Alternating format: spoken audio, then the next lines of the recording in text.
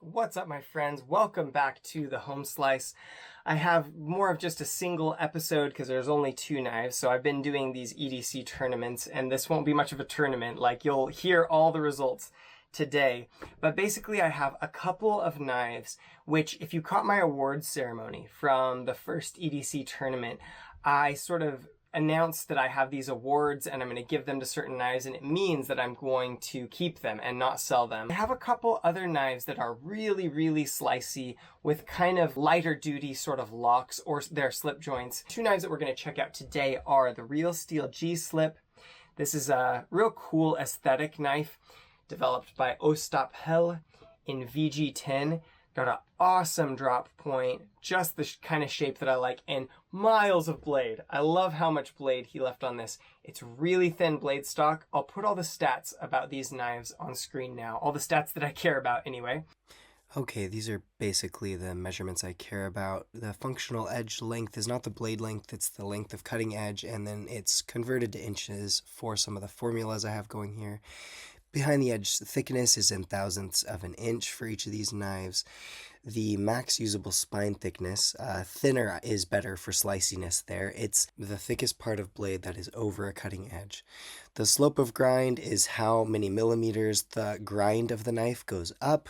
For each millimeter it travels out. The pocket surface area is just, if you close the knife, how many inches it is tall multiplied by how many inches it is wide for a sort of square footage it takes up. Gabe's magical golden size ratio is basically the functional edge length you get to use divided by the pocket surface area it takes up, times to a multiplier to make it a 1 to 10 scale.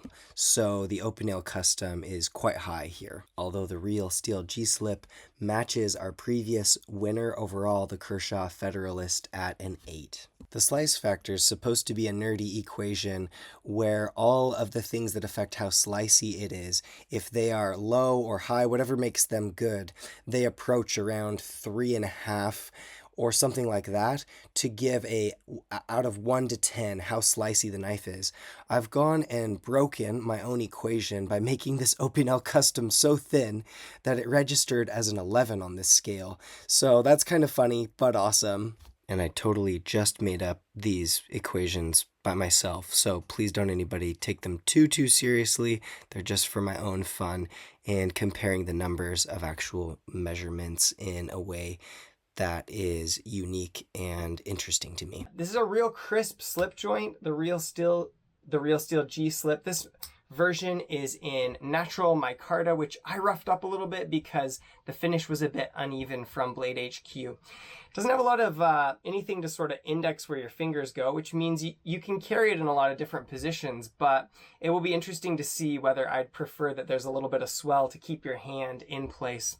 We'll find out, but a little bit of a chunkier handle on that guy, but a really thin blade. And the fuller is right at the top of the grind, so it provides a little bit of a relief. And really slicey, very thin behind the edge. Against the RealSteel GSlip, I have this knife, which I built myself. This is a little Opinel paring knife. And I bought some 1 millimeter thick micarta at an industrial plastics supplier here in the town where I live, and made a little sort of MacGyvered liner lock and some liners out of some basically just like throwaway recycled stainless steel sheeting that I had around here, and then kind of riveted it with like a ball peen hammer and then epoxied these scales over it. So it's a very delicate, like it's a little bit loosey-goosey, but it is an actual kitchen paring knife that actually locks up sufficiently to be carried and used as a pocket knife. And I kind of did this to see if, hey, does steel that's a little bit harder, steel with 1% carbon, does that make a bigger difference? Or is all that matters geometry, like just thin blade and thin edge? Because this has got it going on. And so it will be really interesting to see whether this kind of custom-made slicer that I made holds a candle to something that's a bit more refined. The two last things that I should mention about these little slicers is, number one, I've had some problems with the edges coming off of the Spyderco CBN stones. with, I think, displacing a little bit too much metal. And then there's a little bit more of a wire edge or an edge that's easily rolled in these harder steels, where in the Victorinox, the steel sort of like put up with that. A lot of these harder steels, like the VG10 in this, have not been enduring that well. And so I've been encountering more like sort of flattened areas of edge. And so I'm sort of straying away from that dual grip protocol to see if I can find some that are a little bit more stable. On these guys, I have tried the other highest performing sharpening protocol from the edge testing that I did on the Victorinox paring knives, and that was the CBN, I think, cut the rope 13 times, but the Norton Crystalon silicon carbide stone, the edge off of that, the dual grit edge off of that with the Suhiro Cerax 3000 grit on the other side, cut 12 times. So nearly the same longevity. It'll be interesting to see whether that longevity is just because really ragged edges perform well with the 40mm manila rope, and this one also develops more problem areas than normal, or whether the problem that I'm experiencing is sort of isolated to the 400 mesh Spyderco CBN stone. The last thing that'll be really interesting with these guys is that I used to sharpen and just stop when the edge felt really aggressive. And I've sort of like done this whole journey of like using a best machine and getting it to where it's really, really keen. But I have noticed that sometimes you lose your edges sort of grab when you get down to like the really low best numbers if you strop and strop and strop and strop the edge. And that's really good for certain things. It's better for certain things. But I wanted to do an experiment to see if maintaining edge aggression the way that I used to has a better or worse effect. And so with these guys, I kept them really aggressive to where I could just feel that they're like really slicey. And then I actually blindfolded myself to do the best measurement. So I don't know what the best measurement of these are. I'm going to deliver my thoughts on the edge blind, and then at the end of the video, I'll watch the best measurements on camera and react to it. And we'll see if what you feel is directly correlated to the best measurement, i.e., does the measurement a best machine gives actually relate to enhanced edge performance? Or is there some misalignment where like aggression is maybe more important in some ways to what you actually feel in your hand than the best number? And by getting obsessed with the best number being low, do we sometimes forfeit a little bit of that crisp aggression that we could have? We'll find out. All right, how do we narrow down what is the best slicer? I've carried both of these knives now for a week each and just really had a lot of joy in prepping food and using these things for kitchen stuff, breaking down cardboard boxes and everything in between. Something I'll have to say for this slicer that I made with the burgundy sort of micarta and an Opinel 12C27 blade. The liner lock is a little bit finicky. I just used some garbage sheet metal, so it does have a tiny bit of play, and the lock doesn't engage super far. That said, it does lock up, and oh my goodness, like people talk about this knife or that knife is just like having a kitchen knife in your pocket, but I have to say, there's kind of nothing like actually having a kitchen knife in your pocket that has like micarta scales, and the silhouette of this thing just absolutely disappears in your pocket. It's like less than carrying a pin. And so I really love this slicer that I have made just for the pure sheer joy of cutting up an apple or peeling an orange or using it for some of those spontaneous kitchen things on the go.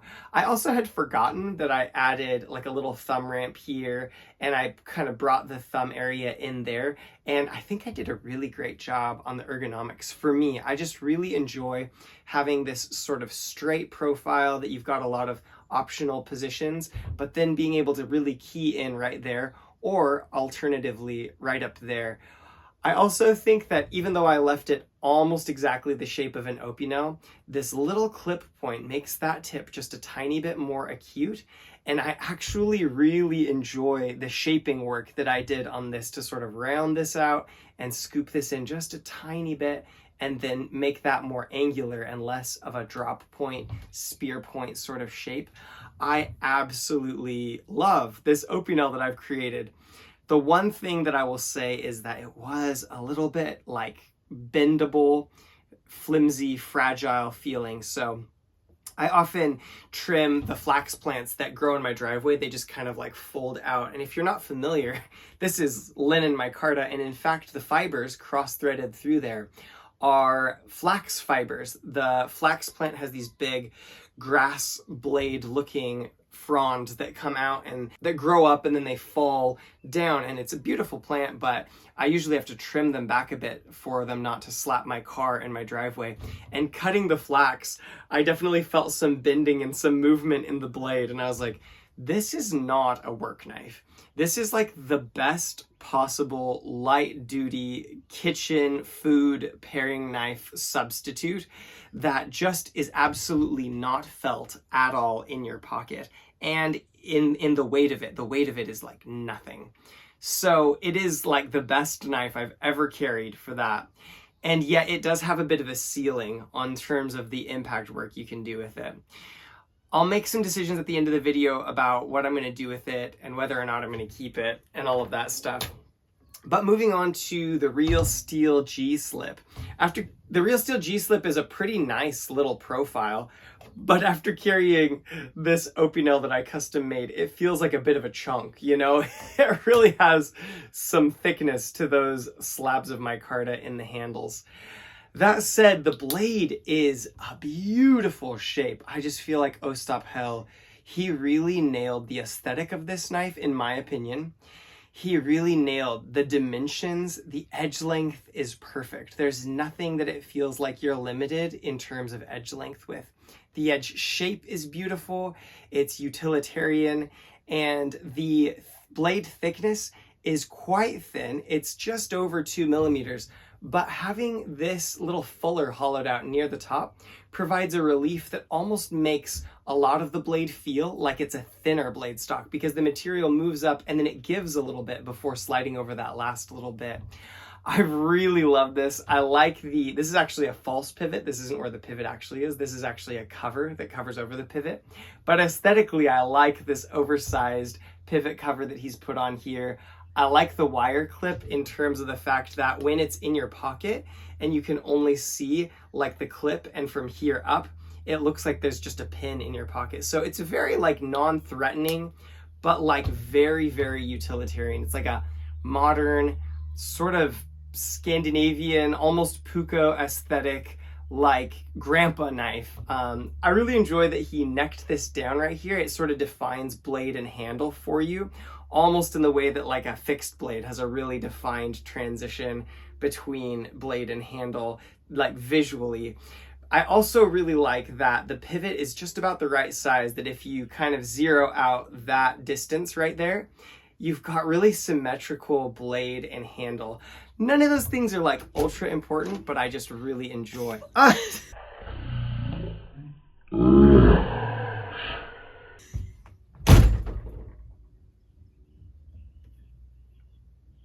Unbelievable.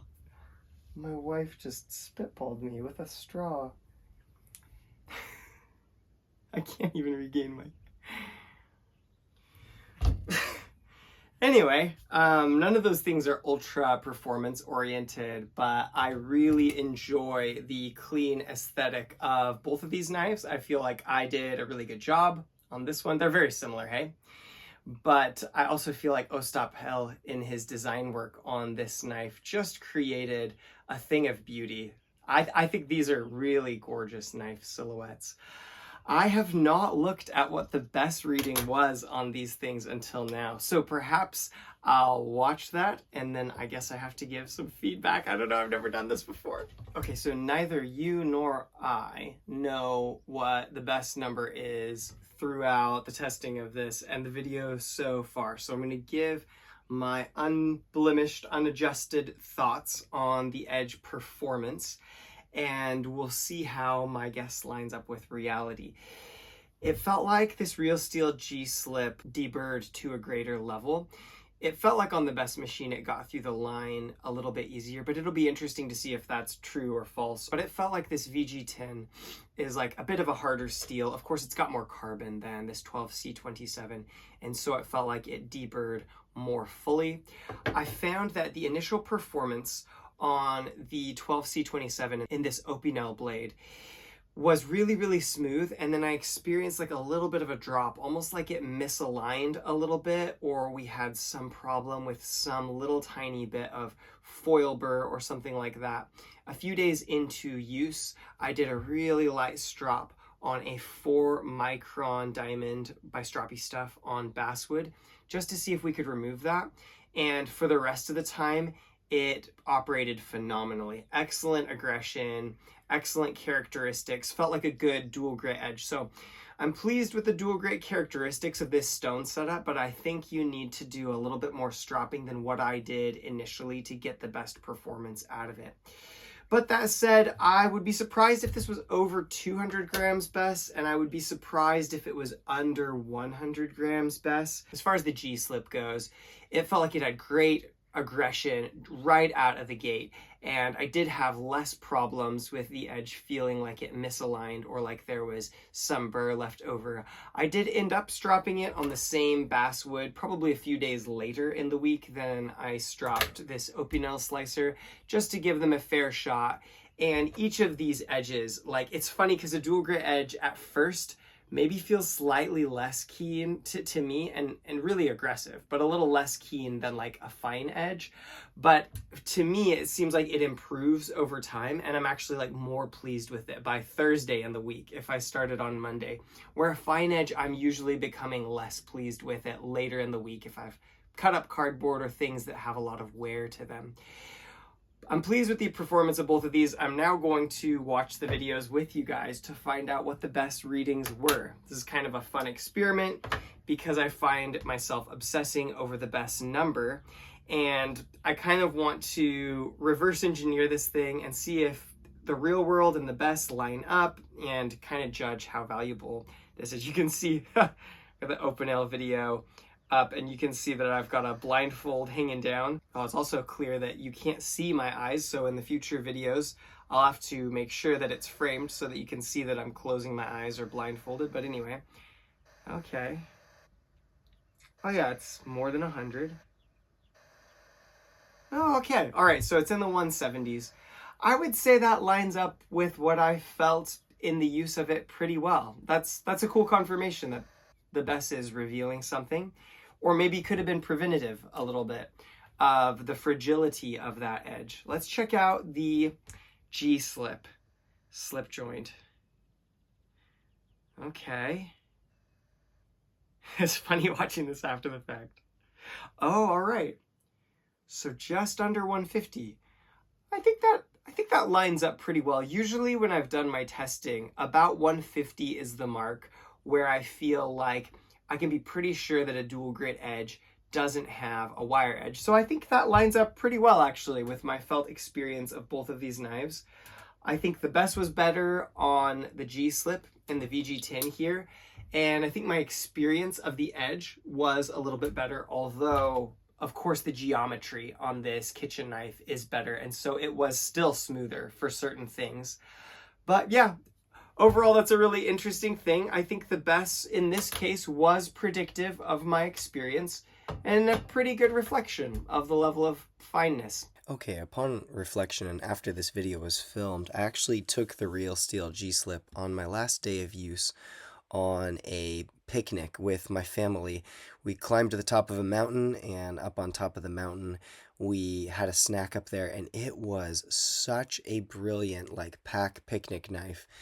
I think I'm going to have to declare it the winner, simply because the Opinel Custom that I made, though it's insanely slicey, the fragility of it does preclude it from some uses that you might find necessary if you were only carrying one knife. However, I think at the moment I have slots for both of these knives, and I will unveil the fourth and last category of knives that I'm keeping in my rotation, dedicated slicers. So I think I'm going to keep this Opinel and just tuck it into the sheath on my K-bar.